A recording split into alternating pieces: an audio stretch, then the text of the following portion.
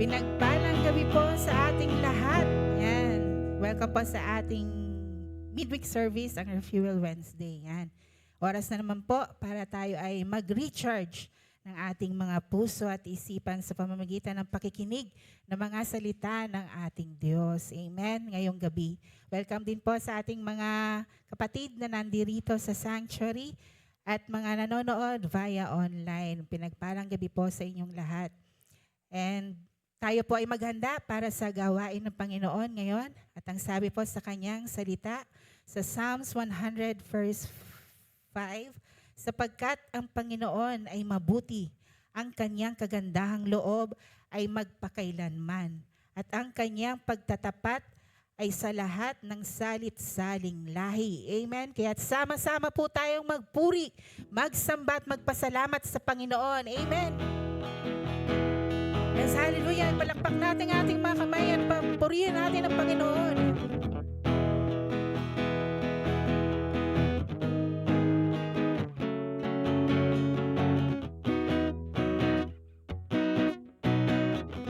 Sa lahat ng oras, dakilang iyong pagkagawa, ikaw ang pag-asa, nagagalak lahat ng iyong likha, umaawi, nagpupuri sa iyo,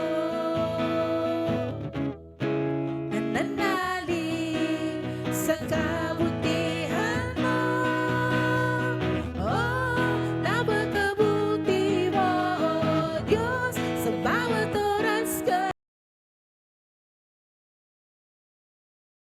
magpakailanman, tunay kang tapat. Oh, napakabuti mo, oh Diyos, pag-ibig mo'y di nagbabago, papuri at pagsamba, aking iaalay, tataas ka sa buhay ko. Wow, wow, wow, wow. Paawitin natin sa lahat ng oras.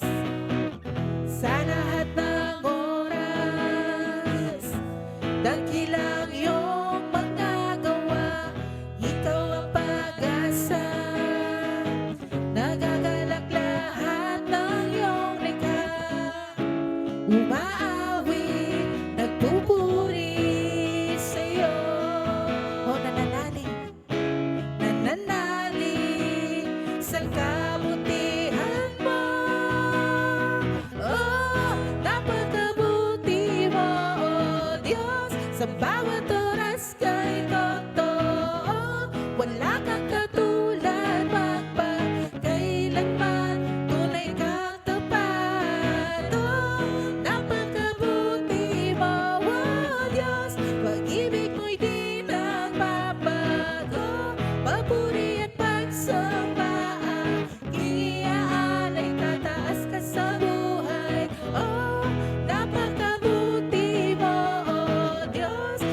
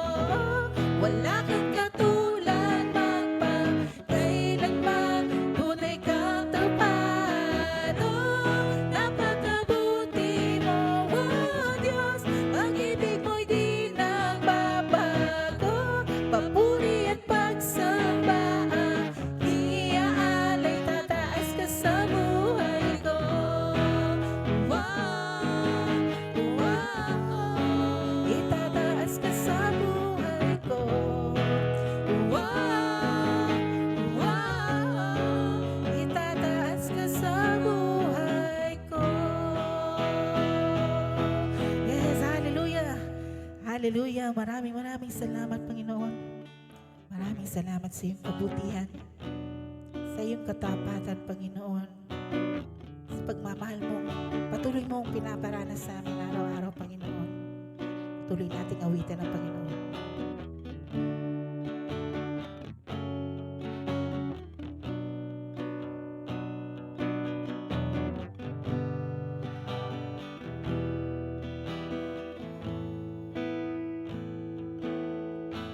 Katapatan mo, O Diyos, tunay at dakila. Ang pag-ibig mo'y wagas at walang kapantay sa aming puso, sa aming buhay.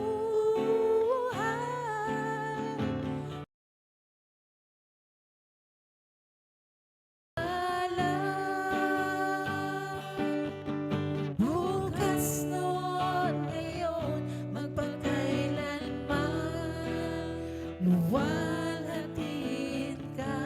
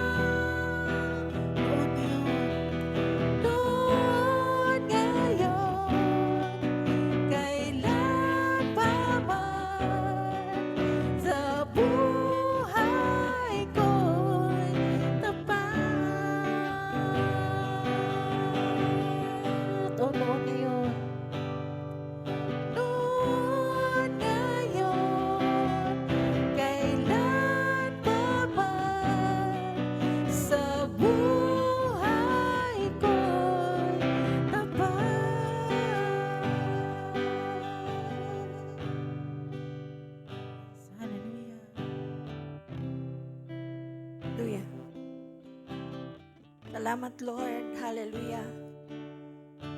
Thank you, Jesus, sa kabutihan mo sa buhay namin. Thank you, oh God, that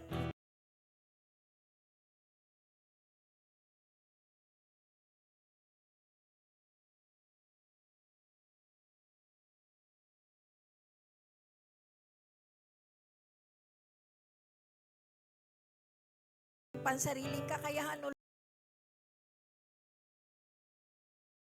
man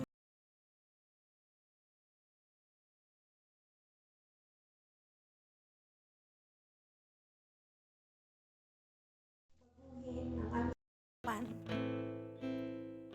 Kaya mong buhay namin, oh God.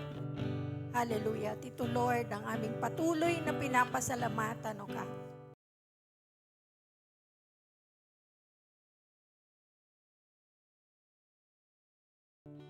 Lahat. In Jesus' mighty name we pray. We say, Amen, Amen, and Amen. Thank you, worship team.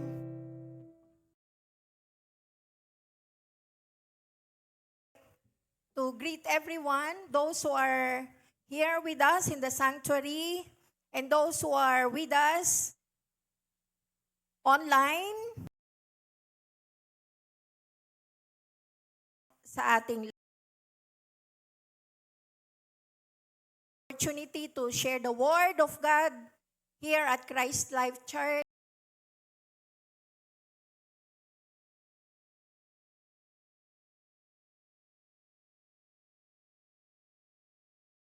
Bishop Willie and sa TLGC family and to our CLC family, a very good evening sa inyong lahat. Thank you everyone for joining us in Christ Life Church midweek service.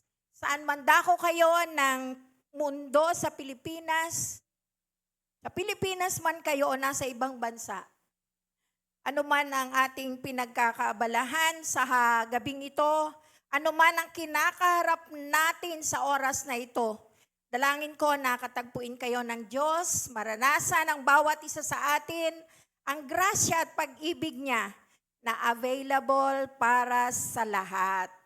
Hallelujah. Ako nga po pala si kapatid Norino Fuente na siyang magbabahagi ng salita ngayong gabing ito. Ang ating pong key verse for tonight, tingnan natin, buklatin natin ang ating mga Biblia, nasa Romans 12:2 sa NIV version, babasahin ko po sa Ingles at saka sa Tagalog. Do not conform to the pattern of this world, but be transformed by the renewing of your mind.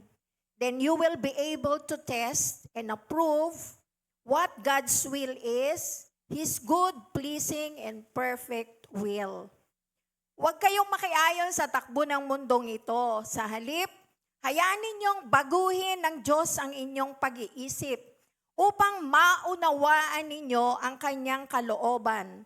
Sa gayon, magagawa ninyo kung ano ang mabuti, kalugod-lugot at ganap na kalooban ng Diyos. Ito po yung lagi nating tinatanong sa ating sarili, ano ba ang kalooban ng Diyos? What is the will of God in my life? Hallelujah. Salamat po sa kanyang mga salita. Tayo po'y manalangin. Let's pray. Thank you, Father God, sa mga salita mo na maiihayag sa gabing ito at mapapagnilayan namin. Thank you, Lord Jesus, for the lives of everyone na makakarinig ng iyong salita. Thank you for the opportunity na maririnig namin muli ang mga salita mo. Naway ito ay magbigay buhay, magbago ng aming kaisipan, kahit ano pa man ang sitwasyon namin ngayon. Thank you, Holy Spirit, for opening the eyes of our understanding, na di lang namin marinig ang mabuting balita ngayong araw, bagkos may apply o maisabuhay po namin ito. Wala pong makakarinig na di pinagpala dahil sa pakikinig namin dito, pagpapala mo na ito sa buhay namin. Naway ang layunin mo sa buhay namin, ito ay maisakatuparan. Let your will be done in our lives. Salamat po, Ama, sa iyong kabutihan sa amin. sa pagmamahal mo sa amin na di nagbabago at sa isang masaganang grasya na available para sa aming lahat. Salamat po sa paggabay at pagsama ng Holy Spirit sa gawain namin ngayong gabi. Ikaw po amang maitaas sa aming kalagitnaan. In Jesus' name we pray. Amen. Hallelujah. So, ang title po ng isi-share ko ngayong gabing ito, The Power of a Renewed Mind. Ano ba ang kapangyarihan ng isip na nababago? Kaya totoo pala na pwedeng mabago ang isip ng tao. Hallelujah. So sa sinabi natin sa main scripture, sa Romans 12:2, huwag kayong makiayon sa takbo ng mundong ito. Sa halip, hayaan ninyong baguhin ng Diyos ang inyong pag-iisip upang maunawain ninyo ang kalooban ng Diyos. Sa gayon, magagawa ninyo kung anong mabuti, kalugod-lugod at ganap na kalooban ng Diyos. So sabi ko kanina, dati tanong ko rin yan ano bang will ng Diyos sa buhay ko? Ano nga ba? Natanong nyo na ba rin yan sa mga sarili nyo? Ano ba ang will? Ano bang purpose? Ano bang plano ng Diyos? Ano bang kalooban talaga niya? Ano ba talaga ang gusto niya na mangyari sa buhay natin?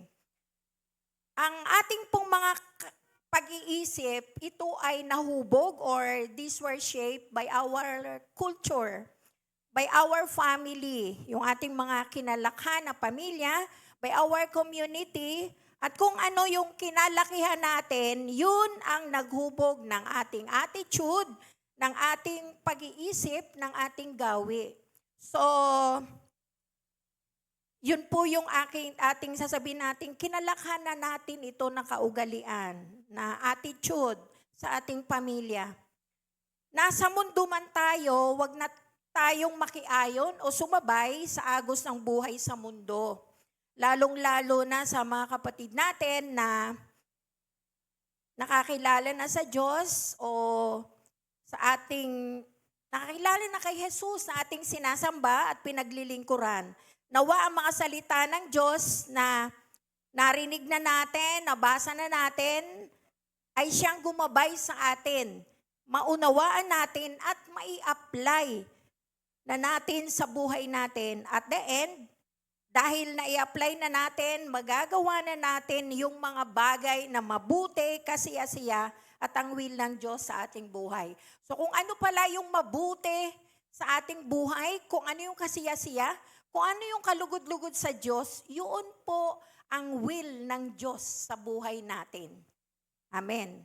Sa slide 2, battlefield of the mind. Meron palang digmaan sa ating isip. Because ang ating buhay ito ay nasi-shape by our thoughts. Kung ano yung iniisip natin, yan ang ating buhay. Kung iniisip natin na mahirap ang buhay, mahirap ako dahil lumaki ako sa mahirap na pamilya, buti pa sila may kaya, yan ang magiging buhay natin. Kung ano yung feeling mo, mahirap ka, feeling mo, iba ka sa karamihan, feeling mo, mababa ka, mahirap lang ako, di gaya nyo, yan ang magiging buhay mo. Because ang buhay natin, life is shaped by our thoughts. Kung ano yung iniisip natin, yun ang magiging tayo. Kung feeling mo naman, iniisip mo na angat ka sa iba, maganda ako, gwapo ako, may pinag-aralan ako, yan din ang magiging nating kaisipan. Yung kaisipan na proud naman tayo sa sarili natin.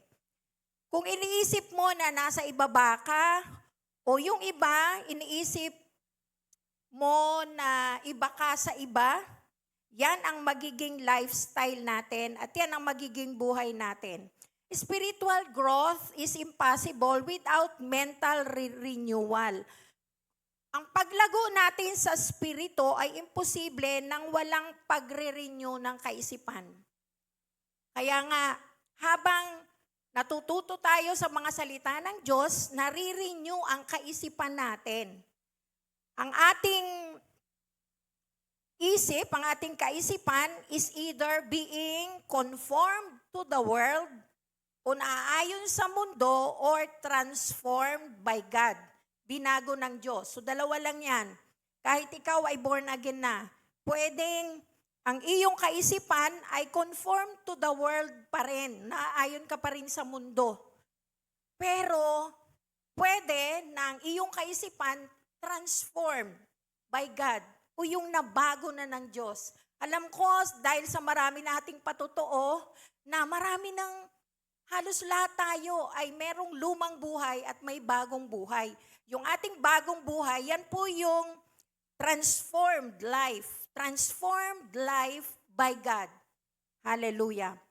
Ang transformed life ay kapareho po yan ng transformation ng butterfly. Alam ko naman na nakakita na tayo ng paru-paro or butterfly. Ang transformation ng butterfly is not just a change of form, but of nature. Hindi lang po yung forma ang nabago, pero yung kalikasan ng butterfly ay nabago rin. Dati ang butterfly ay uod. Yan po ay worm, maggot, caterpillar ang tawag natin. Ano ba ang ugali niyan? Gumapang. Gumapang lang. Yan, kumain ng dahon, gumapang. Pero definitely over time, nagiging po yan na butterfly. At ano ang nangyayari pag yan na-transform na into butterfly? Dahil dati may paalang yan, gumagapang, nagkakaroon na siya ng pakpak at nakakalipad na. So tingnan natin, ang transformation niya, hindi lang sa kanyang forma, but yung kanyang nature. Kapareho din ng tao. Ano ba ang gusto mo? Yung manatili kang gumagapang, parang caterpillar?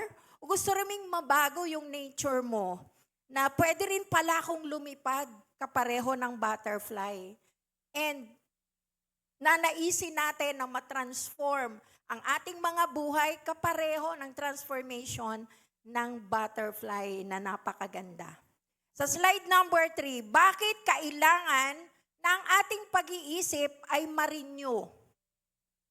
Bakit ba kailangan? Ang una po, the old mind is corrupted. Ang lumang pag-iisip natin, ito ay sira. Ang lumang isip natin ay sira. Hindi ko po yan sinabi, nasa Ephesians 4, verse 22 to 23. Okay. Kinapture ko lang po yan. Sabi dito, iwanan ninyo ang dating pamumuhay. Hubarin na ninyo ang inyong dating pagkatao na nasisira dahil sa masamang pagnanasa. Mabago na kayo ng diwa at pag-iisip. So, it is being corrupted by its deceitful desires. So, sira talaga. Sabi yan sa Ephesians. At sa Romans 8:7 naman, sabi din dito, the mind governed by the flesh is hostile to God, and it does not submit to God's law, or can it do so? Dati, tayo ay hindi naniniwala sa Diyos. Parang suwail pa tayo sa Diyos. Pero dahil nabago na tayo, dahil yun nga yung lumang kaisipan natin. Kaya nga kapag itinuon ng tao ang kanyang pag-iisip sa mga hilig ng laman, siya ay nagiging kaaway ng Diyos. Sapagkat hindi siya nagpapasakop sa batas ng Diyos at sadyang hindi niya ito magagawa. Dati ang kaisipan natin, korap na korap talaga. Parang ang alam lang natin yung sarili, tungkol sa sarili natin. Hindi tayo naniniwala na may magagawa, lahat ng nagagawa nating mabuti dahil yon sa mabuting Diyos.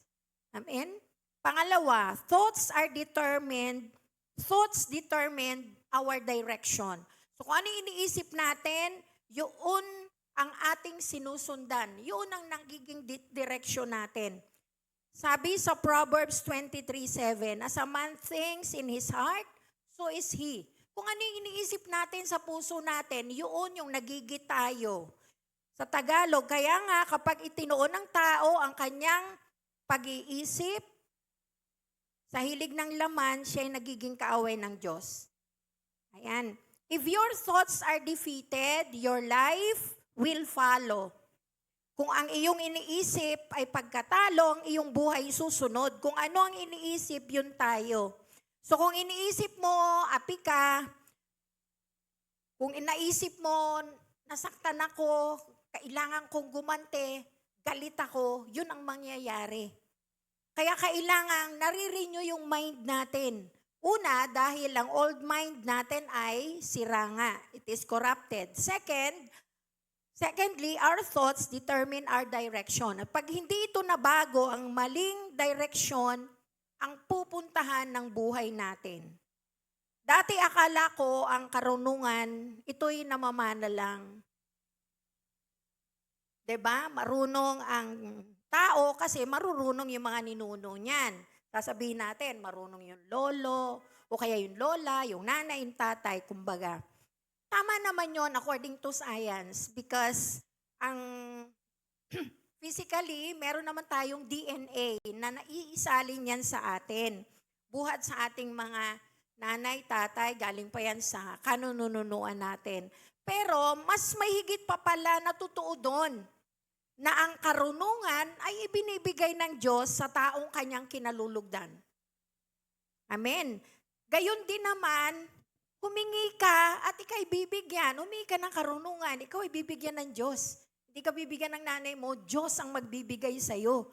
Kagaya ni Haring Solomon, he asked for wisdom and he was given. Hindi lang karunungan ang ibinigay ng Diyos sa kanya, pati kayamanan. Grabe. So, kung iniisip mo na bibigyan ka ng karunungan ng Diyos dahil kinalulugdan ka niya, ito ang mangyayari. Maniwala tayo dyan. Amen. Sa mga susunod na slides, ang isi-share ko naman kung paano ba marirenew ng Diyos ang ating kaisipan. Dati kanina, bakit kailangang marenew? Ano ba yung estado ng kaisipan natin? Ngayon naman, paano marirenew ng Diyos ang ating kaisipan? Una, nasa slide 4 natin, God renews the mind through His Word. Yung pala. Sa pamamagitan ng kanyang mga salita, mababago ang ating kaisipan. Nasa Psalms 119 verse 11, I have hidden your word in my heart that I might not sin against you. Ang banal mong kautusay sa puso ko iingatan. Ang kautusan ng Diyos, nai-stack yan sa puso natin, naiimbak yan. At sa John 17:7, sabi dito, ibukod mo sila para sa iyo sa pamamagitan ng katotohanan. Ang salita mo ay katotohanan. So, sanctify them. Ibukod mo sila, sanctify my people, sanctify yung mga na-born again ko na mga anak. Dahil ang salita mo, Diyos, ay katotohanan. Kaya kanina nabanggit ko kung paano nabago ang pag-iisip ko, yung pananaw ko regarding wisdom, yung dunong, yung talino, hindi pala lang ito namamana sa ating mga magulang, but bagkus, ito pala ay binibigay ng Diyos. Ang karunungan, kaligayahan ay binibigay ng Diyos sa taong kanyang kinalulugdan. Saan natin yan makikita? Nasa salita ng Diyos. Nasa Ecclesiastes chapter 2 verse 26. Nandun po yan. Basahin natin ang salita ng Diyos. So pwedeng matransform ang ating pag-iisip. At ako na-transform ang pag-iisip ko dahil dun na dati ang yabang ko, kaya pala marunong ang anak, kaya pala ako marunong, dahil may pinagmanahan, hindi pala.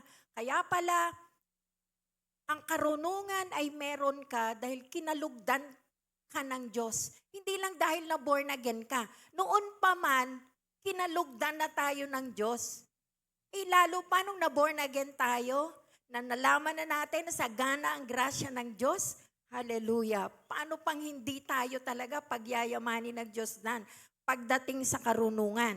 At sabi din sa Matthew 7, verse 7 to 8, sabi dito, ask and it will be given. Humingi ka, bibigay sa'yo yan. Seek and you will find. Knock and the door will be opened to you. Humingi ka ng karunungan. Hallelujah. At ibibigay yan sa'yo. Hanapin mo ang kalooban ng Diyos at matatagpuan mo ito.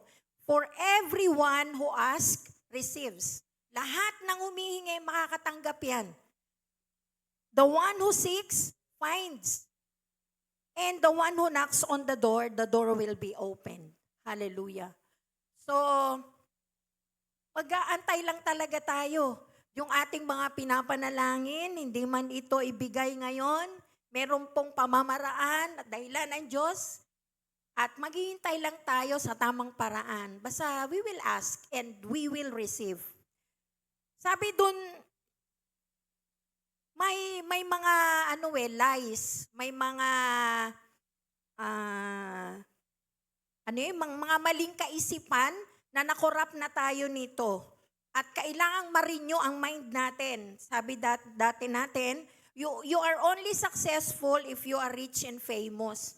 Sabi noon, di ba, mga kaisipan na, magiging successful ka lamang kapag ikaw ay mayaman at ikaw ay kilala. Kaya maraming gustong yumaman, maraming gusto sila ay famous. Pero, hindi naman sila successful. Amen? Ang successful na buhay ay yung mayaman ka na, kilala ka pa, may Jesus ka pa sa buhay. Yan po yung totoo na successful sa buhay. Sabi din, if you work hard, you will succeed. Pag nagtrabaho ka ng matyaga ka sa trabaho mo, you will succeed. Totoo naman ito. Pero, mas lalo pong sinasamahan ang success natin kung kasama natin ang Diyos sa ating pagtatrabaho. Kung bawat pagtatrabaho natin ay we are doing this as for the Lord. Parang ginagawa natin ito because I would like to offer this to the Lord. I'd like to glorify God sa trabaho na ito dahil ang Diyos ang nagbigay sa akin ng karunungan, ng lakas, kaya gagawin ko ito alang-alang sa Diyos. Amen po. And meron pa din nakaisipan na you have to follow the traditional life path, mag-aral sa school, magtrabaho, mag-asawa, magkabahay, magkaroon ng anak, palakihin ng anak. Tapos, pag lumaki na yung mga anak mo, tatanda ka rin. After that, naghihintay ka na lang na tayo ay pumunta doon sa 6 feet below the ground. Pero traditional po yun. Meron pa pala na mas mahalagang purpose pa ang buhay natin. Na wala ito sa edad. Wala ito sa edad na, yung mga malalakas lang, ang maglilingkod sa Diyos, yung mga bata lang. Hindi po. Lahat tayo ay may purpose at may puwang sa kaharian ng Diyos. Amin po. So yung traditional natin na mga ideas, ayan po ay pasay na yan, lalong-lalo na sa mga na-born again na. So thank you Lord dahil na-born again tayo, nakakapag-fellowship na tayo, nakakapag-church, nakakapag-Bible reading na tayo, where we could renew our minds. Madaming nababago sa atin, yung ating pananaw, pag-uugali, nakasanayan, na ituro na sa atin yan, nakikita na natin sa paligid natin yan. Amen? At pati sila ay na-inspire na rin sa atin. So salamat at may salita ng Diyos na patuloy na nagbabago sa ating kaisipan. Gayon na rin, sumasang-ayon at napapractice na natin sa ating pang-araw-araw na buhay. Useless po na narinig natin, nabasa natin at hindi natin napapractice sa pang-araw-araw nating buhay. Kasi araw-araw may struggle. Pag wala tayong salita ng Diyos, talunan lagi tayo. Babalik na naman tayo sa our old mindset na pag may konti lang dyan na nasagi ka, magagalit, init na ng ulo mo, hindi ka na magpapasensya. Pero pag may salita ng Diyos sa atin, pwede nating palampasin yun. Pwede tayong magbigay ng salita sa kanila na hindi magkukos ng away. Amen po. How God renews the mind. Sa slide number 5. God renews the mind through the Holy Spirit. So tingnan nyo, hindi lang sa salita ng Diyos, but the Holy Spirit helps us in the renewal of our mind. Sabi sa 1 Corinthians chapter 2, verse 12 to 16, we have the mind of Christ. When we receive God, Jesus as our Lord and Savior, ang Holy Spirit nasa atin na po. And the Holy Spirit helps us. Lahat ng nabasa natin, pinapaunawa yan sa atin ng Holy Spirit. Siya ang ating tumutulong sa atin na maunawaan natin kung ano ang kalooban ng Diyos. Sabi sa John 14 verse 26, the Spirit reminds us of what Jesus said. The Holy Spirit whom the Father will send in my name will teach you all things and will remind you of everything I have said. Hallelujah. Lahat po ng itinuro ay ipapaalala yan sa atin ng Holy Spirit. At lahat ng bagay tungkol sa spiritual nating buhay. At doon mababago ang ating kaisipan. Amen? Sa slide 6, God renews the mind through the daily surrender. So kailangan pala araw-araw ay surrender tayo. Nakataas ang kamay natin, Lord, surrender ako. Through daily surrender. Sabi sa Luke 9 verse 23, take up your cross daily and follow me. Then, sinabi niya sa kanilang lahat, ang sinumang nagnanais sumunod sa akin ay kinakailangang itakwil ang kanyang sarili. Pasanin araw-araw ang kanyang krus at sumunod sa akin. Hallelujah. So yung mga daily surrender, nasa ng ating nakaugalian na pag Sunday, o sige, bakit ba dati hindi nauubos ang binyagan? Sabi ko nga noon, dati noon hindi nauubos ang binyagan, ang kaarawan, natataon lagi sa Sunday. May okasyon. Kaya tuloy, hindi ka nakakapag-church. But sa mga Kristiyano, una natin yung church. Bago tayo umattend doon sa mga social obligations natin. Baliktad na. Pero dati ang kaisipan ko,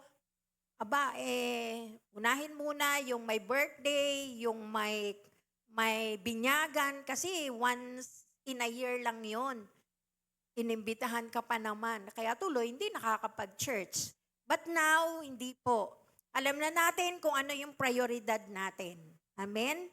Kapag nagbabasa na tayo ng word o nakakapakinig na rin ito, naiisuko na rin natin ang mga maraming mali sa ating kaisipan.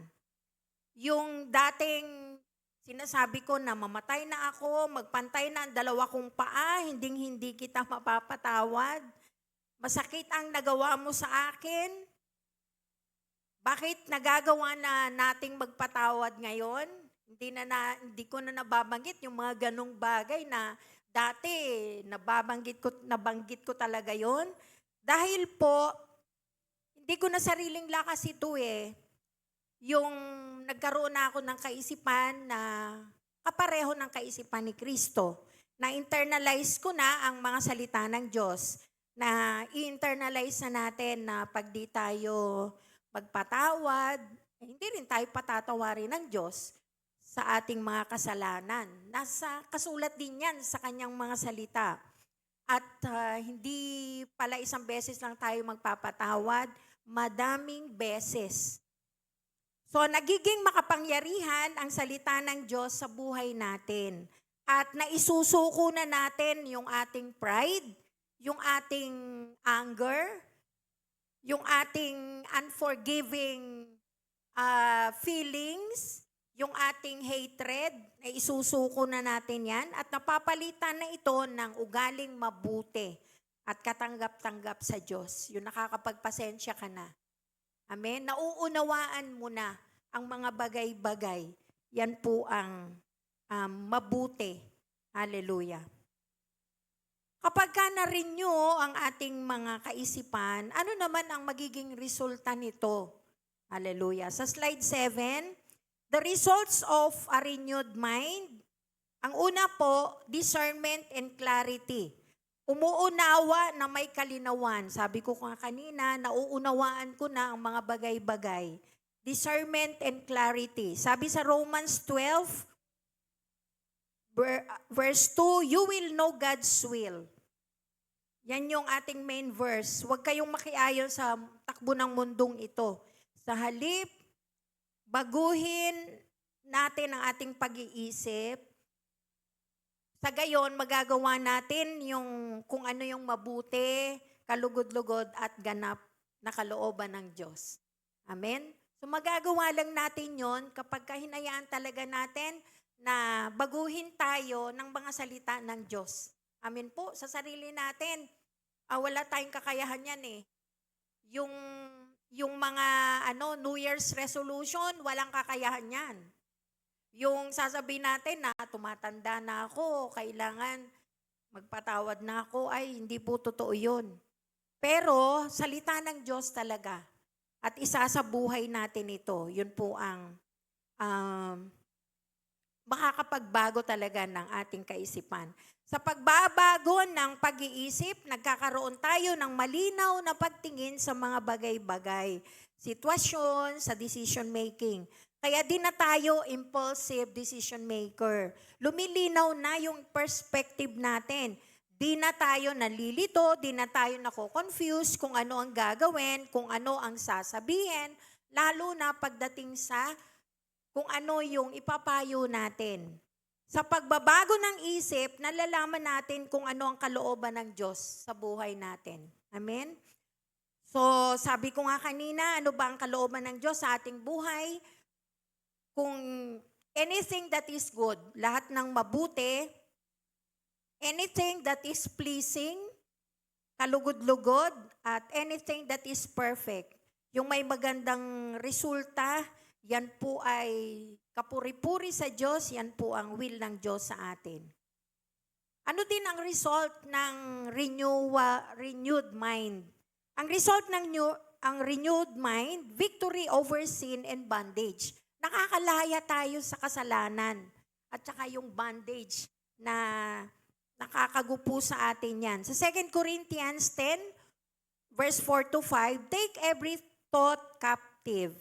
The weapons we fight with are not the weapons of the world. On the contrary, they have divine power to demolish strongholds. We demolish arguments and every pretension that sets itself up against the knowledge of God, and we take captive every thought to make it obedient to Christ. Ang sandata natin sa pakikipaglaban ay hindi makamundo. Wala tayong laban pag sarili lang natin, kundi ang kapangyarihan ng Diyos. Yun ang magpapabagsak sa bondage na meron tayo. So yung pagpapatawad na sinabi ko kanina, nakalaya ako dyan, sinisira, kasi sinisira nito yung mga maling kaisipan natin, ginagapi nito ang lahat ng pagmamataas laban sa kaalaman tungkol sa Diyos. Binibihag namin ang lahat ng kaisipan upang matutong sumunod kay Kristo. We don't need new circumstances. You need a new mindset. Hindi natin pwedeng sabihin na, bigyan niyo Lord ako ng bagong sitwasyon o circumstances. Hindi po. Dahil ang mga pangyayari sa buhay natin na dumarating, halos paulit-ulit lang yan. So ang nangyayari lang doon ay nababago yung kaisipan natin. Nababago yung ating pananaw, nababago yung reaksyon natin sa mga particular na bagay. Kasi paulit-ulit na mangyayari sa atin na sasabihin natin, wala na naman akong pera, kapos na naman, madami pang bayarin. Yung iinit ang ulo mo kasi nakita mo yung mga taong kinaiinisan mo. So, kung dati yon mainit lagi ang ulo mo, ngayon, dapat doon sa mga sitwasyon na yon, dahil paulit-ulit, may bago na tayong mindset. Ulitin ko, you don't need new circumstances, you just need a new mindset. Dati, pag sabi ko nga, yung nakita mo yung masungit mong kapitbahay, galit ka na agad. Ngayon, iba na yung reaksyon mo. Dahil nagtatagumpay ka na sa mga di magagandang bagay na paulit-ulit na nangyayari sa iyo. Di man natin kailangan ng mga circumstances ang mabago, but yung paningin at reaksyon natin sa mga circumstances, yun ang nababago. And that's good. That's victory over sin and bondage. Dahil na-renew na rin ang mind natin, nagkakaroon tayo ng peace and emotional stability. Nagkakaroon ka ng kapayapaan at hindi ka na, Yung emotion mo, stable na. Dati madali kang magalit, madali kang mainis. Ngayon, hindi na.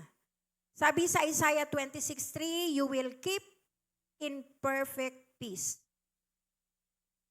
Binibigyan mo ng lubos na kapayapaan ang mga may matatag na paninindigan at sa iyo'y nagtitiwala. Thank you, Lord. Hallelujah. Results of renewed mind also is peace and emotional stability. Kung galit ka sa akin, ako hindi galit sa iyo. Tama? There is already peace. Kapayapaan sa puso, emotional stability, na di ko sasalubungin ang galit mo, ipapanalangin na lang kita. Dahil sabi nga, lahat ng naniniwala at nagtitiwala sa Panginoong Diyos ay nagkakaroon ng matatag na paninindigan na gawin ang tama. So, babalikan natin yung Philippians 4, verse 8 to 9. Napakaganda nito. Bilang lagi ninyong isaisip ang mga bagay na karapat-dapat at kapuri-puri, mga bagay na totoo, marangal, matuwid, malinis, kaibig-ibig at kagalang-galang. Sa gawa ninyo ang lahat ng inyong natutunan, tinanggap, narinig at nakita sa akin. Sa gayon, sa inyo ang Diyos na nagbibigay ng kapayapaan. Amen? Hallelujah. Ano naman ang hindrances to mind renewal? Worldly distractions. Dahil nga nasa mundo tayo, madidistract pa rin tayo sa mundo. Pero meron na nga tayong Diyos sa buhay natin eh. So, worldly distraction, we can overcome that because God is with us. Meron din na yung unbelief and double-mindedness. Pero wag na tayong mag-aalinlangan, wag na tayong nagpapabago-bago ng isip. Dahil ang pabago-bago ng isip at di alam kung ano talaga ang nais niya, yun ay hindi nagtitiwala sa Diyos. Katulad na lang yung kung nasa old belief system ka pa rin, na naniniwala sa mga pamahiin, na bawal ang magwawalis kapag may patay kasi nakakawala daw yun ng good luck. Wala namang good luck eh. Only pagpapala ng Diyos. Huwag daw kumain ng kambal na saging kasi magkakaroon ka ng kambal na anak. Eh paano kung dalaga yung kumain, wala namang asawa? 'Di ba? Don't go directly home kapag galing ka daw sa wake. Magpagpag ka muna because you will be bringing spirits home. Alam naman na natin na pag namatay ang tao, hindi yan sumasama sa atin. Tama? Ang kaluluwa niyan, hindi sumasama sa atin. So, dapat wala na yung mga old belief system natin sa renewed mind. Okay? Yung mga espiritu na nagpaparamdam, yung ghost making, their presence felt na nagdudulot ng takot sa bata, yung panakot natin dyan. Sige, meron dyan na sasalubungin ka ng white lady dyan. Ayan, yung namatay mong lolo, sasabihin, yan na si lolo, masasalubong mo dyan. Wala pong ganon. Old belief yon. So, kailangan ma-renew na yung mind natin. Salamat sa Diyos sa church na may nagturo sa atin about physical body, soul, and spirit sa pagkakaunawa natin na nare-renew na ang ating kaisipan, napapalitan ang ating old belief system ng katotohanan at napapalaya tayo sa mga maling kaisipan at nakaugalian natin. Di naman natin masisisi ang mga nagturo nito sa atin, tama? Dahil sila man din ay nasalinan lang o naturuan din lang ng maling katuruan. Pero sana sa mga born again, wag na natin yan ituro sa ating mga susunod na saling lahi. Sa slide 9, ano ang practical steps to walk in a renewed mind? Read and meditate on scripture daily. Lagi na natin ito paulit-ulit na sinasabi, meditate on the word. Replace lies with the truth. Yung mga mali ay maiitama natin yan sa pamamagitan ng salita din ng Diyos. Amen? Speak God's word over your life. Kung natatakot ka, sabi mo, Lord, hindi ako matatakot dahil kasama kita. Speak word over your life and surround yourself with godly influence. Good morals corrupt, bad company corrupts good moral. So alam na natin, pag tayo'y mga Kristiyano na, kung sino dapat yung mga kasama natin. So surround yourself with godly influence. Ang ating conclusion, ano pa sa area ng kaisipan mo needs to be renewed? Ano pang mga area sa isip mo gusto mong mabago? Isuko natin ito sa Diyos na makakagawa ng mga imposibleng bagay. So kung sa atin, imposible, pero sa Diyos, walang imposible. Kay Jesus, may pagbabago, may tagumpay, may sagot sa ating mga kailangan. Ang kailangan lang natin, surrender our minds and receive healing from mental strongholds. Believe that God will do miracles in our lives. Receive it, mga kapatid. Let God change our thinking so He can change your life. Hayaan nating mag-flow lang ang grasya ng Diyos dahil we communicate to Him, we call on Him, we continue to grow in His words, we meditate on His words, we rely on His mercy. Nang sa gayon, ang minimithi nating pagbabago ay makamit natin ito in His time. And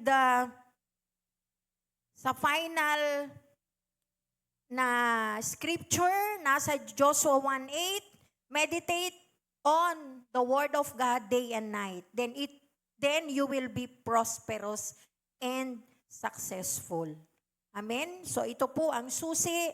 Meditate on the word of God day and night. Then you will be prosperous. Magiging masagana at matagumpay ang iyong pamumuhay, ang iyong pagbabagong kaisipan. Hallelujah. Tinatawagan ko po ang choir natin. So, pupurihin natin at sasambahin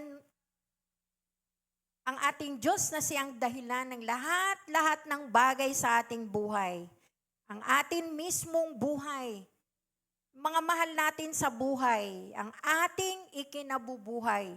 Purihin ka, O Diyos, sa naranasan namin, sa pagbabago sa mga buhay namin. Mahirap o imposible na mabago, maayos at magkaroon kami ng kapayapaan sa buhay kung hindi mo ito ipinahintulot, O God. Salamat at kinatagpo mo kami. Thank you, Holy Spirit, for your guidance and help in times of needs.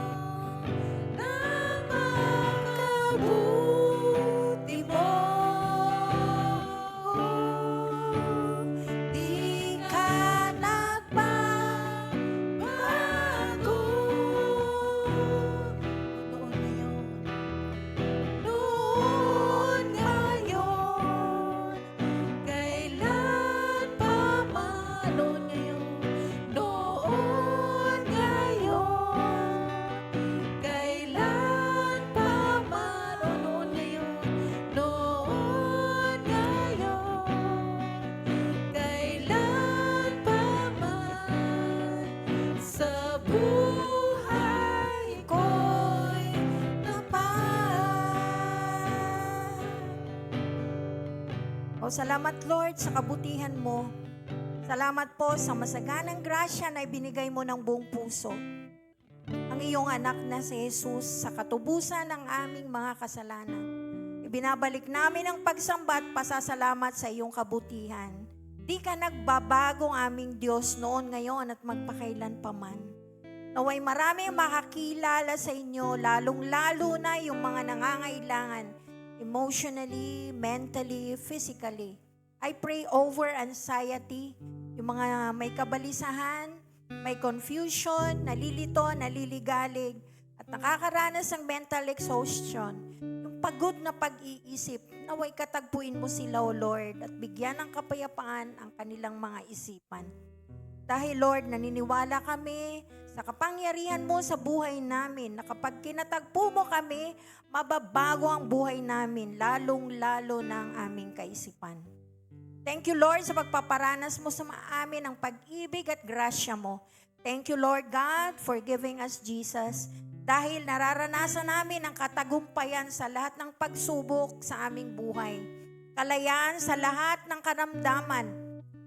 Sa mga may karamdaman, ikaw ang aming kagalingan. Salamat, Lord, sa healing sa buhay ni Tatay Narciso Adarayan at sa kapatid ko, si Ate Violi Panganiban. Natanggap na nila ang healing, Lord, in Jesus' name. Katagpuin mo, Lord, ang kanilang mga dalangin at pangangailangan. At payapain mo ang kanilang mga puso, pati na rin ang mga mahal nila sa buhay. Salamat po sa buhay ng mga kapatid ko na kasama namin sa gabing ito. Mapayapa kaming matutulog, nakasama ka sa gabing ito. Gayon na rin sa buhay ni Pastor Michelle, O Lord, na nagse-celebrate ng taon ng kanyang kaarawan. Pagpalain mo siya ng mahaba, mabuting kalusugan at payapang kaisipan.